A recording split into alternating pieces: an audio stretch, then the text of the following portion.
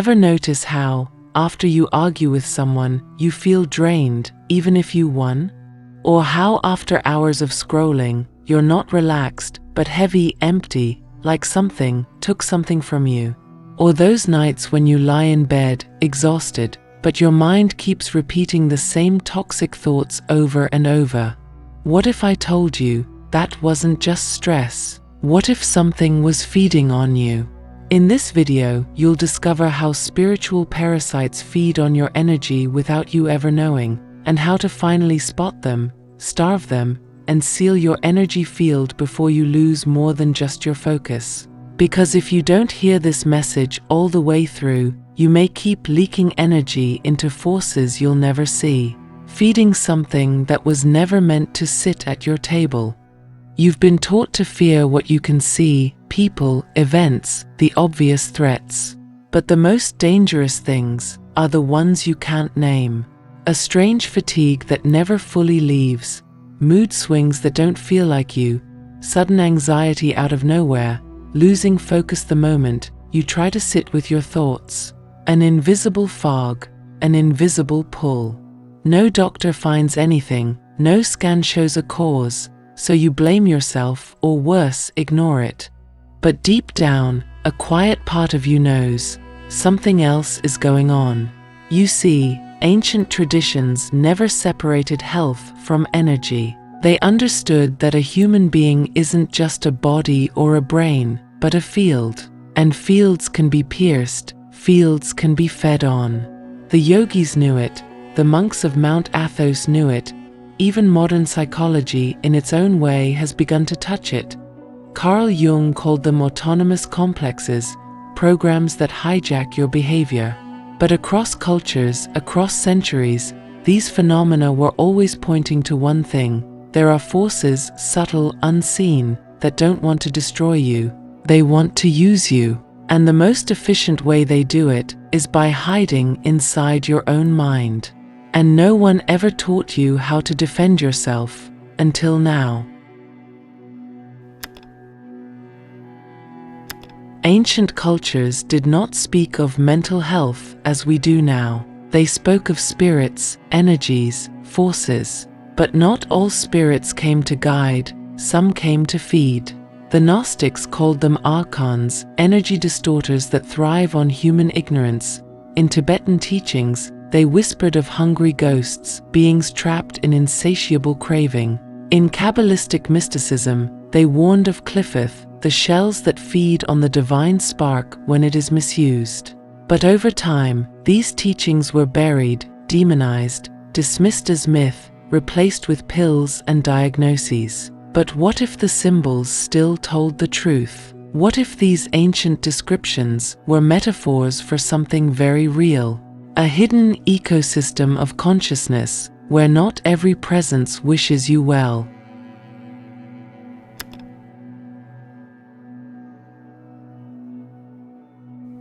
A virus needs a living host. It doesn't want to destroy, it wants to use. So too do spiritual parasites. They do not need your body, they need your attention, your emotional energy, your inner chaos. They thrive in frequencies of guilt, shame, fear, lust, and anxiety. Why? Because these frequencies make you forget who you are. Psychologist Carl Jung once said, "Until you make the unconscious conscious, it will direct your life and you will call it fate." Parasites dwell in that unconscious, in the places you refuse to look. They hide in the habits you say you can't break, in the thoughts that feel intrusive, yet somehow familiar, in the late-night doom scrolls, the rage clicks, the envy spikes. And the most terrifying part? They wear your voice, so you think, this is me, but it's not.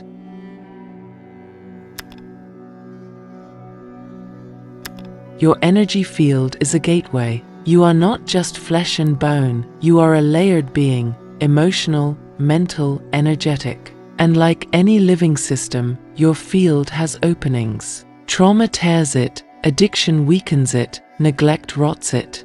The Shaolin monks knew this. That's why they trained not only the body, but the breath, the emotion, the inner stillness. They sealed their fields. Now in modern life, everything is built to pierce your field. The endless feed, the hypersexualized content, the food engineered to dull your gut-brain axis, the substances that burn your life force to create false highs, the masks you wear to avoid pain. Each of these tears you open, and something slips in.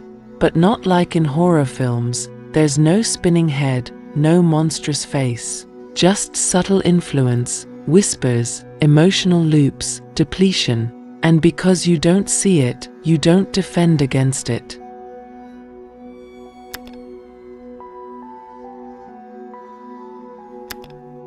Every time you react, it grows stronger. Think carefully. How often do you react without thinking? A text, a comment, a memory, a craving, a look from someone. Each reaction leaks your power. The hermetic initiates of old practiced pause. They would sit in silence for days, not to be passive, but to reclaim dominion over their inner world. Because every unguarded reaction is a feast. Imagine this: every time you spiral in jealousy, an entity drinks. Every time you dwell in victimhood, it gorges. Every time you lose control, you lose a piece of your field.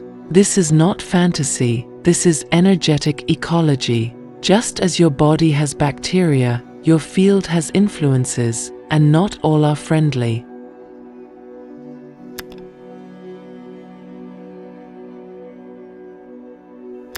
Clinical psychologist Jordan Peterson once observed, "People don't have ideas, ideas have people." In esoteric psychology, this expands deeper. Some thoughts are entities, patterns that jump from mind to mind, feeding on repetition. Carl Jung called them autonomous complexes, mental programs that seem to operate outside your will. You've seen it. When you say, "Why do I keep doing this?" That is a parasite, cloaked as your own mind. They are fed by repetitive negative self-talk, pornographic consumption, obsessive comparison, rage without discipline, depression without ritual, addictions disguised as comfort. The more you repeat, the stronger the loop becomes, until you are just a machine running a program. But here's the secret: all programs can be rewritten, but only if you see that you are not the voice, you are the witness behind it. Throughout time, a few awakened. The Buddha saw the illusion of craving and defeated Mara, the tempter of the mind. Samurai Miyamoto Musashi trained in solitude, mastering not just the sword, but inner stillness. Saint Anthony, the Christian ascetic, faced visions of torment in the desert and emerged radiant. The yogis of Kashmir Shaivism entered the fire of meditation, not to escape, but to burn the parasites out. Each one passed through hell and found the parasite was not external. It was embedded within their own shadow, and once they faced it, it lost power. Because the parasite only survives in your ignorance of it.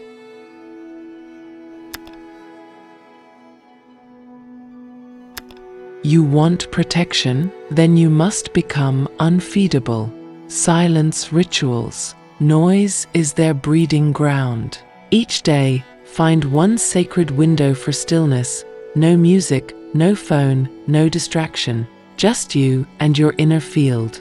Breathe, observe, don't react. Food that fortifies. Heavy, processed food lowers vibration. Eat like a warrior monk. Clean, minimal, intentional. Remember, your gut is your second brain, and parasites often start there. Emotional alchemy. Instead of venting rage, transmute it. Use breathwork, use movement, channel the fire into discipline.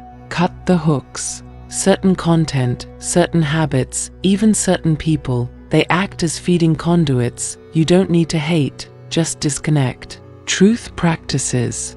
Every lie you tell yourself feeds the parasite. Live clean, speak truth, especially when it hurts. Truth is antiseptic, lies are fertilizer.